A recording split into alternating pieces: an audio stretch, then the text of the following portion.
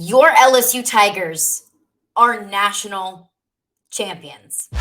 You are Locked On LSU, your daily podcast on the LSU Tigers. Part of the Locked On Podcast Network. Your team every day.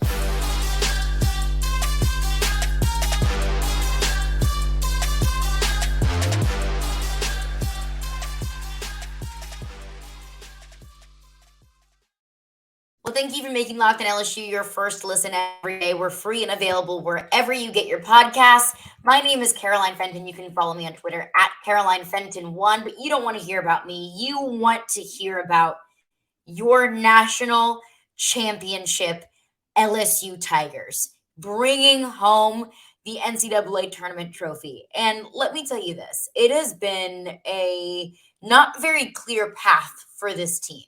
Let's go all the way back to when Kim Mulkey was hired at LSU. It was it sent shockwaves throughout the entire college basketball world. Kim Mulkey's coming off of 3 titles at Baylor. She comes back to LSU, to her hometown, Louisiana, to coach at the LSU Tigers. And this was the indication from Scott Woodward that they weren't messing around, that Kim Mulkey was going to bring a national championship to LSU. The question was, when? I didn't think it was going to be in year 2. Coming from where this program was when Kim Mulkey came here, I didn't think that a national title in 2 years was even feasible. I mean, think about it in any sport. Year 2, and you bring home a national championship? I mean, that's not something that's easy to do. That's not something that's easy to do in the transfer portal era when it's so easy for players to leave. Now, it's easy for players to come as well. I always say the transfer portal giveth and the transfer portal taketh away. But while there are inherent advantages to the transfer portal, there are also very clear disadvantages. Kim Mulkey, year 1, she has a fabulous year, more than you could ever expect or ask. But it's a second round exit from the NCAA tournament, and it wasn't necessarily rebuild, it was regroup. Let's see what kind of talent we can find. Kim Mulkey brings in 9 new players via the transfer portal. And let's talk about how difficult it is to bring in that many players via the transfer portal from all across college basketball. Make that team work. And also, let's throw a true freshman in the mix as well. Let's mix in 10 players that have never played together before. Let's get them into our system. Let's get them bought into our culture, into our team, into what we're building here, and turn around and be competitive in one of the most competitive leagues in all of women's basketball. It's not easy to do. Kim Mulkey did it in year 2. LSU women's basketball made history on Sunday afternoon, taking down Iowa 102-85 when nobody really thought LSU could do it all season long. And then now they're facing Iowa, the player of the year in Caitlin Clark, who is absolutely phenomenal. And we'll get into Caitlin Clark. She is phenomenal and has been lights out all season long, specifically in the tournament. She had 2 41-point performances in the NCAA tournament against really solid teams like Haley Van Lith and Louisville. And Caitlin Clark is still going out and dominating in these games. That's what LSU is facing. An Iowa team that had been really solid all season long, and a 2 seed, that's what they were facing. And they go in and they score the most points in a women's tournament final in history. So they made women's tournament history by scoring 102 points in the final. Kim Mulkey made women's basketball history, becoming the first woman ever to win 2 championships, or multiple championships rather, in multiple different stops, both at Baylor and at LSU. And LSU women's basketball made LSU history on Sunday, bringing home the first title in LSU basketball history, men and women. And think about how much talent has walked through the halls of Pete Maravich Assembly Center. Think about Simone Augustus, who was at the game on Sunday afternoon. She was watching that game. Think about Sylvia Fowles, some of the greatest basketball players who have ever walked the halls of LSU, some of the greatest women's basketball players in the sport, period. They have once walked those halls. They have once worn that purple and gold jersey, but they weren't able to do what Alexis Morris and Angel Reese and Jasmine Carson did on Sunday against a lights out Iowa team with the best player in women's college basketball. LSU did that.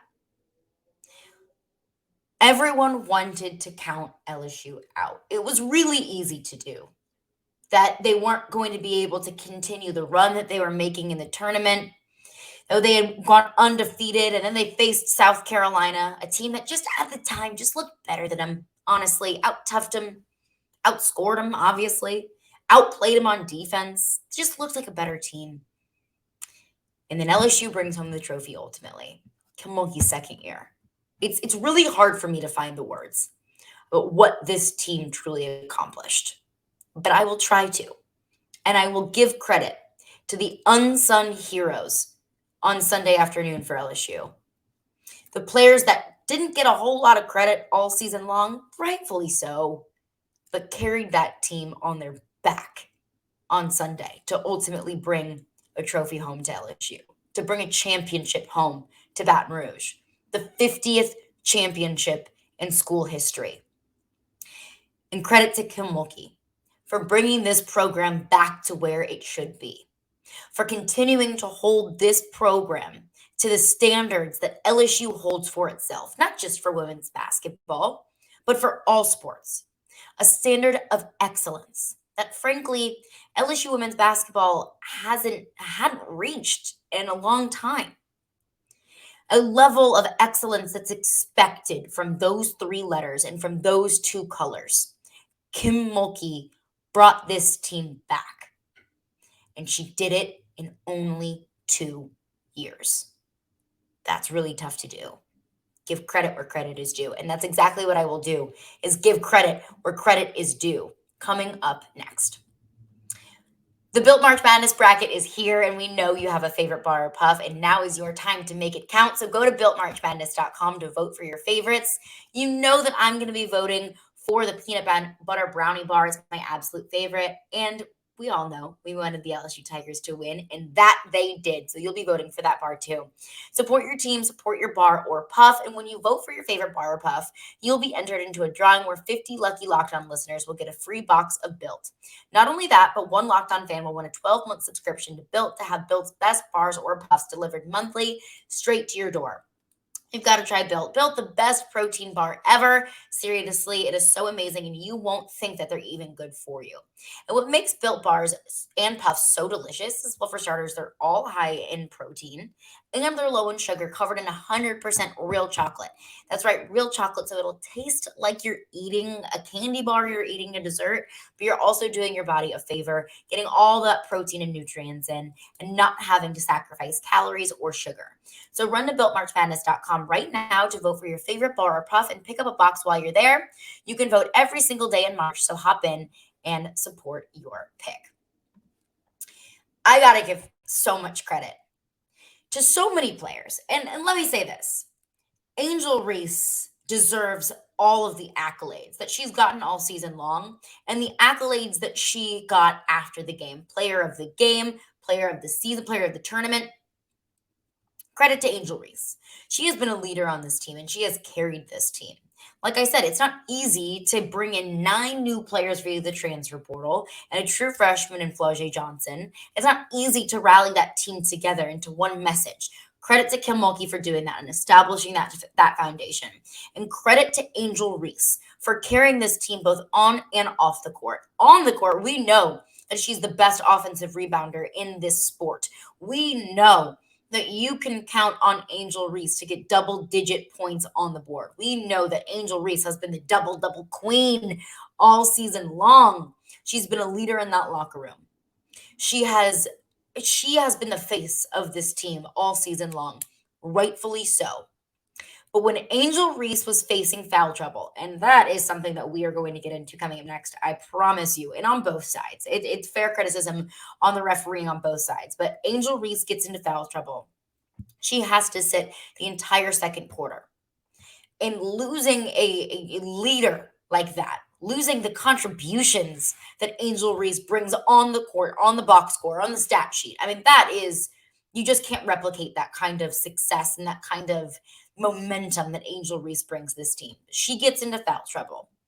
Jasmine Carson comes in, and Jasmine Carson has been, I don't want to say a non-factor because I don't think that that's necessarily fair, but Jasmine Carson hasn't been a player that we all know and recognize and cheer for. Jasmine Carson's offensive contributions for this team don't come close to what the contributions of an Angel Reese or Floje Johnson or an Alexis Morris has all season long.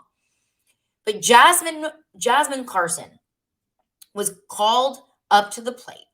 Jasmine Carson answered the phone call when they absolutely needed her. And that's what I think really makes this team so special. It is so good top to bottom. There's so much buy-in and adoration for this entire team and for Kim Mulkey and to bring success to this program. The Jasmine Carson, a player that had been, minimally impactful for this team for a good bit of the season.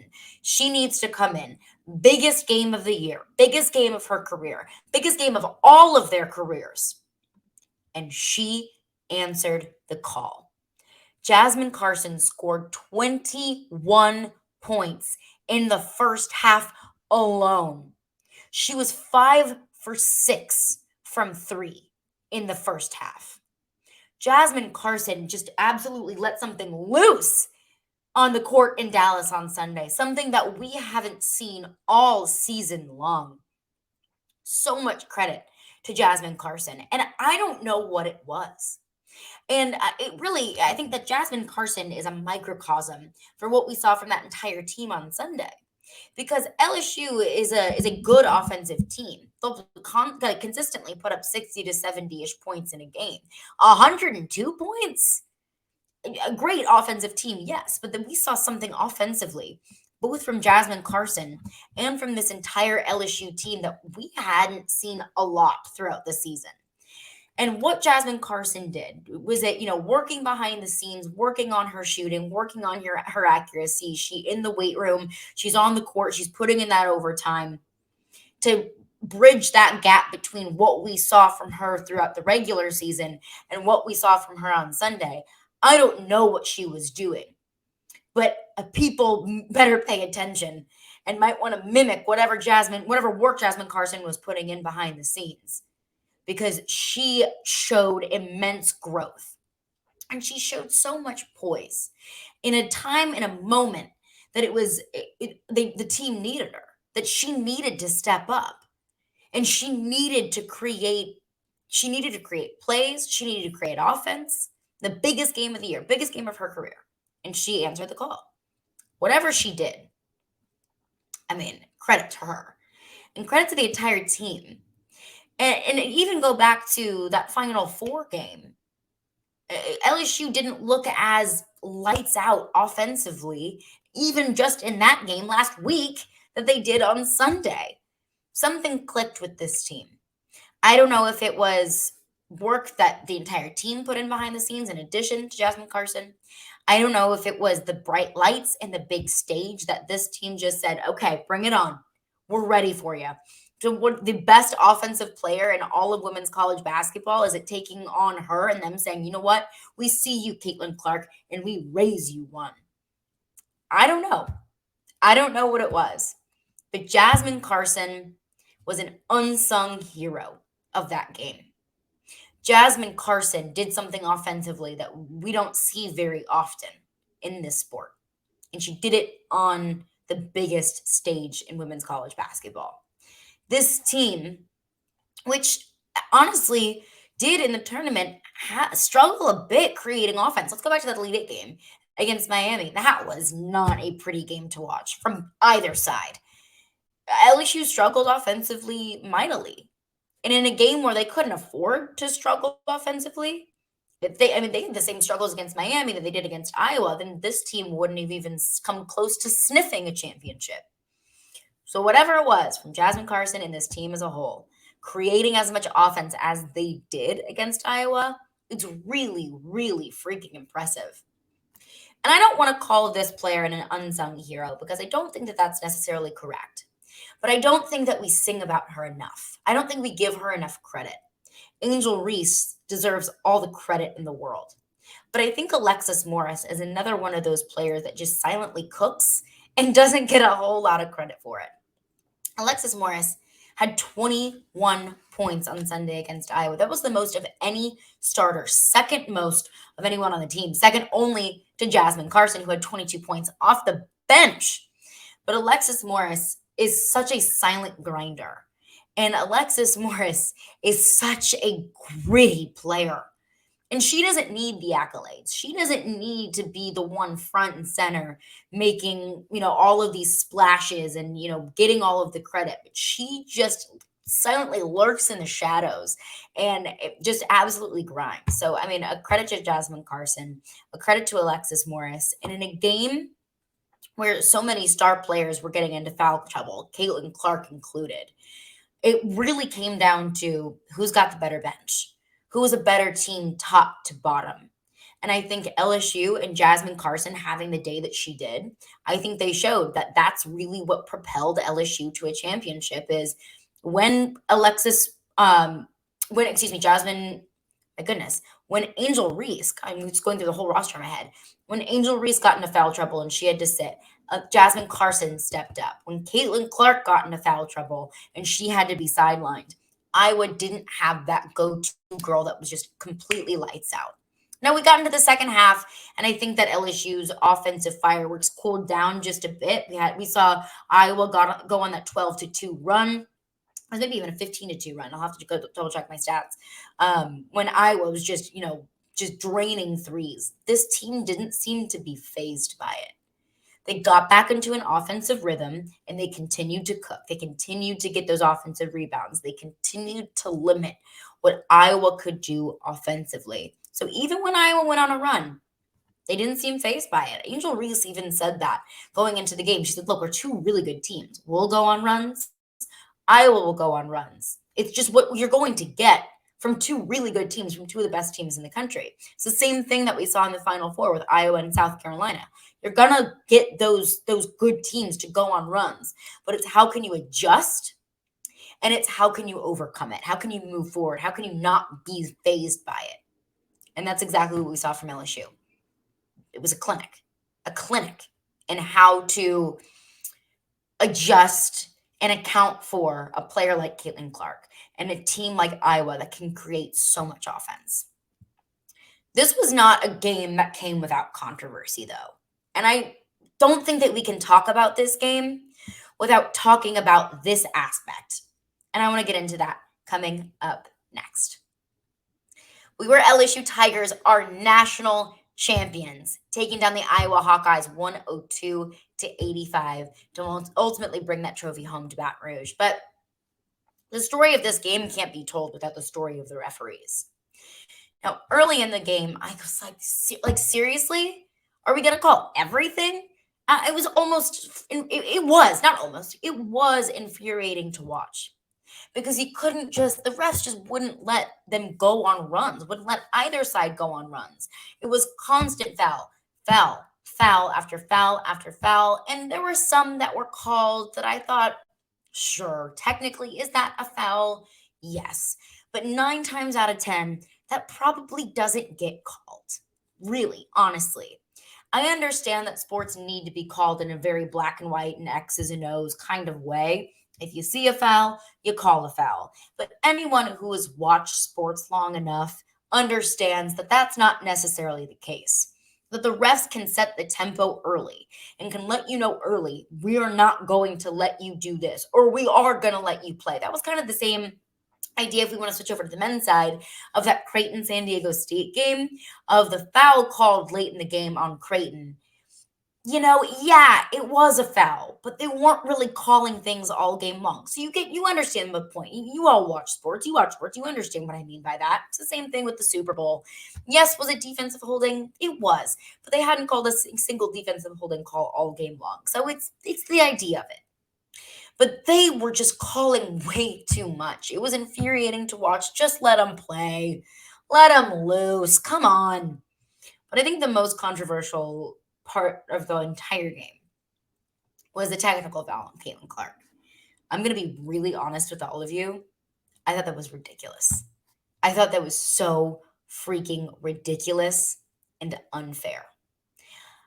I don't know what she said. I'm not on the court. They don't have microphones on. I don't know if she said something to elicit that technical foul. But I said, in order for me to talk about it, I need to be as informed as I possibly can about it. I watched that play leading up to the technical foul maybe 35 times. Watched it, rewind, watched it, rewind, watched it in slow motion, watched it frame by frame, watched it, zoomed in, zoomed out, turned my volume all the way up. I didn't see anything that I think elicited a technical foul. And I think that that's really crummy. I thought that was so weak. I really did. And of course I want LSU to win. And of course Caitlin Clark being in foul trouble is an inherent advantage to LSU, obviously. But let's call a spade here, and let's be completely fair. That was a ridiculous technical foul. I thought the refs inserted themselves in this game in a really unnecessary and unfortunate way. I always say that referees should be like special teams. If you're talking about it, it's probably for a bad reason. If you're talking about it, it might be for a really great reason, but it's probably not. Refereeing, I think, should be something that goes unnoticed. Like an ambiance at a restaurant. If you hear the music in the background, that's probably a bad thing. If it goes unnoticed, then that's probably a good thing. Leans into the ambiance of it all. With referees, if you notice them, it's a bad thing. The referees are making themselves too much of the story, too much of a part of the game. And I get it. Refs need to call what they see. I get it. But I noticed the referees on Sunday. Too much. Way too much. You shouldn't notice those calls like that. It was equal on both sides for the most part. I really did think. They called dumb fouls on Iowa. They called dumb fouls on LSU. Fouls that I was like, what? Like a whistle for what? They didn't even do anything. And then they showed the replay, and I thought, okay, I guess maybe, but like seriously? In a championship game? And then it came down to the Caitlin Clark technical foul, and I was like, you know what? This is just absolutely ridiculous. Take away the allegiance. Take away the fact that I'm an LSU fan, an LSU alum. Take that away. That's absolutely ridiculous.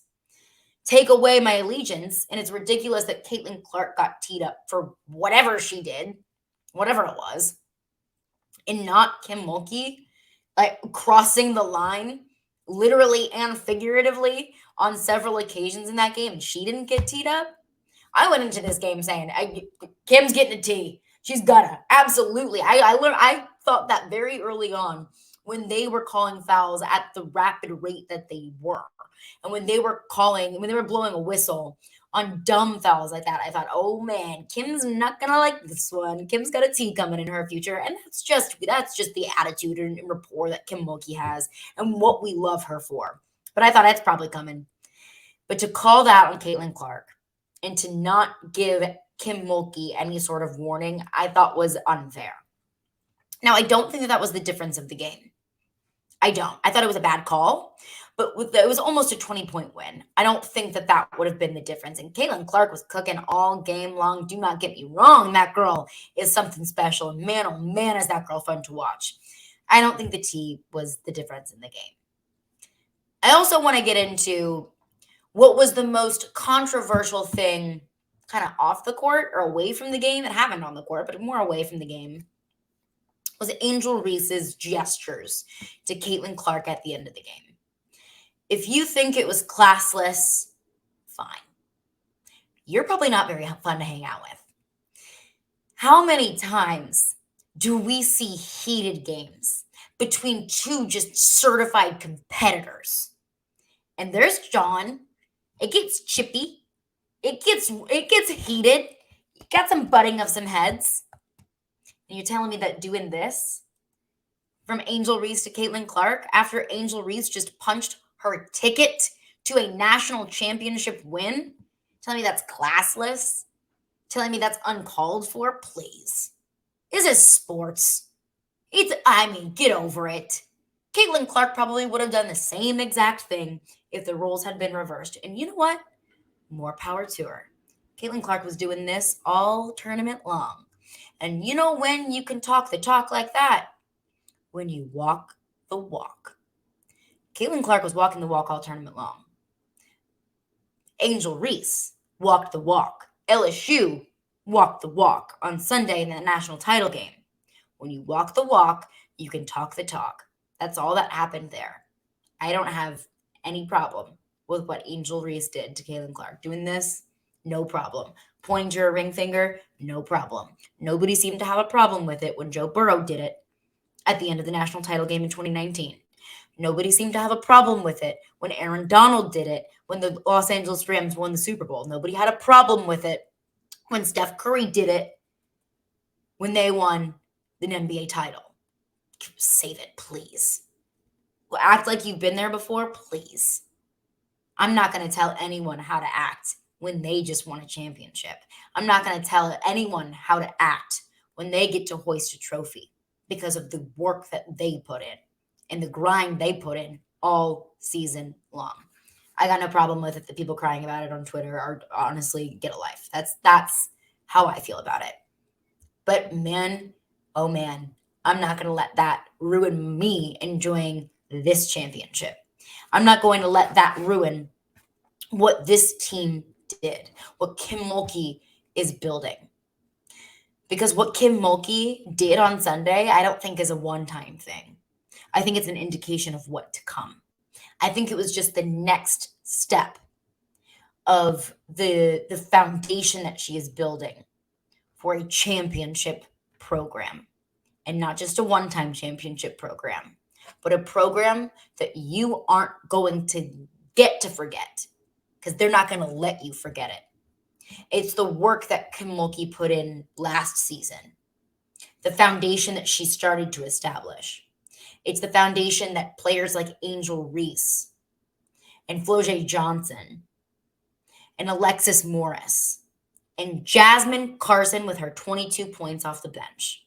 It's players like that that continue to build what the foundation that Kim Mulkey is only going to continue to build up. I'm so freaking proud of this team.